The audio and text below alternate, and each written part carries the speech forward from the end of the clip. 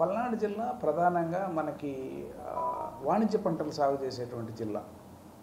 ఈ జిల్లాలో 2,48,000 హెక్టార్లు మనకు సాధారణ విస్తీర్ణం ఉంటే, దీంట్లో 1,07,000 హెక్టార్లు మనకి పత్తి సాగు అయ్యేటువంటి సాధారణ విస్తీర్ణం ఉంటుంది. ఇంకా రెండో ప్రధానమైనటువంటి పంట మిరప. ఇది దగ్గర 60,000 హెక్టార్లు ఈ జిల్లాలో సాగు అవుతుంది. మూడో ప్రాధాన్యత ఉన్నటువంటి పంట ఏదంటే వరి.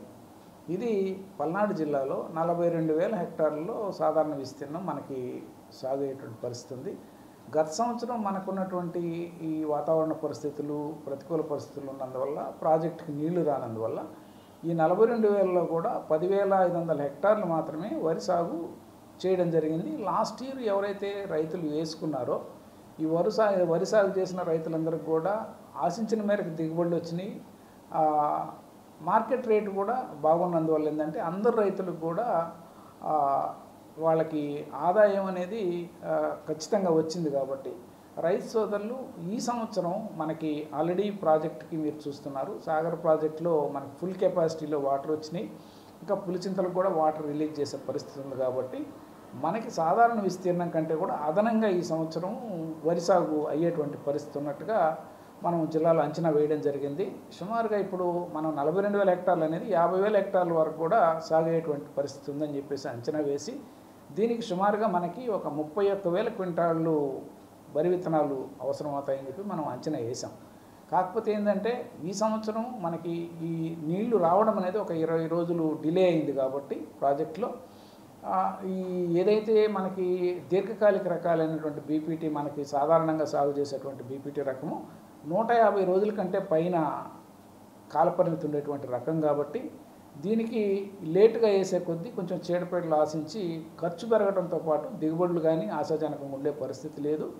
తర్వాత వచ్చేటి మార్కెట్ రేటు కూడా మనకి రైతులకి గత సంవత్సరంలో కూడా మిగతా రకాలతో పోల్చుకున్నప్పుడు, మధ్యకాలిక రకాలతో పోల్చుకున్నప్పుడు మార్కెట్ రేటు కూడా అంత ఆశించిన మేరకు లేదు. కాబట్టి రైతాంగం ఏంటంటే మనకి మధ్యస్థ రకాలకే, ఏదైతే 120-130 రోజుల కాల పరిమితి కలిగిన రకాలకే మక్కువ చూపేటువంటి పరిస్థితి మన జిల్లాలో ప్రత్యేకంగా ఉంది. కాబట్టి దానికి అనుగుణంగానే మన జిల్లాలో మధ్యకాలిక రకాలైనటువంటి అంకుర్ సోనం కానీ, హెచ్ఎంటీ కానీ, అట్లనే నూజివీడు సన్నాలు కానీ, ఇవన్నీ కూడా మనం JGL 384 కానీ అందుబాటులో ఉంచేదానికోసం మనం మొదటి నుంచి ఒక ప్రణాళికబద్ధంగా ఇటు రైతు భరోసా కేంద్రాలు కానీ,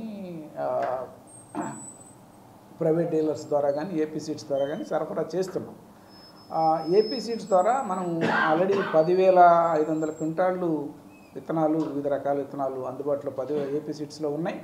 ఇది కాకుండా 13,000 క్వింటాళ్ళు ప్రైవేట్ డీలర్స్ ద్వారా ఇప్పుడు అందుబాటులో ఉన్నాయి. ఇది కాక మనం ఆల్రెడీ ఒక 15,000 క్వింటాల్స్ వరకు కూడా వివిధ రకాల విత్తనాలని జిల్లాలో ఆల్రెడీ రైతులకి డిస్ట్రిబ్యూట్ చేయడం జరిగింది, పంపిణీ జరుగుతూ ఉంది. ఇంకా కూడా దీంట్లో 4,500 క్వింటాళ్ళు ఆల్రెడీ JGL 384 మనము డిస్ట్రిబ్యూషన్ కూడా చేయడం జరిగింది.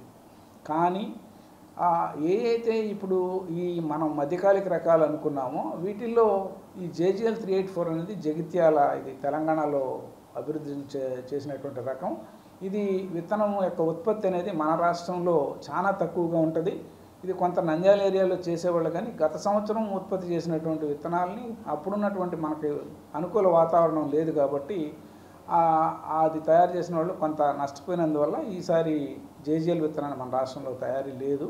ఇది పూర్తిగా మనం తెలంగాణ రాష్ట్రం మీద ఆధారపడే పరిస్థితి ఉంది. అక్కడి నుంచే ఎవరైనా ప్రైవేట్ డీలర్స్ తెప్పించే పరిస్థితి ఉంది. మన ఏపీ సీడ్స్లో కూడా JGL 384 అనే విత్తనాలు అయితే అందుబాటులో లేవు ప్రస్తుతానికి.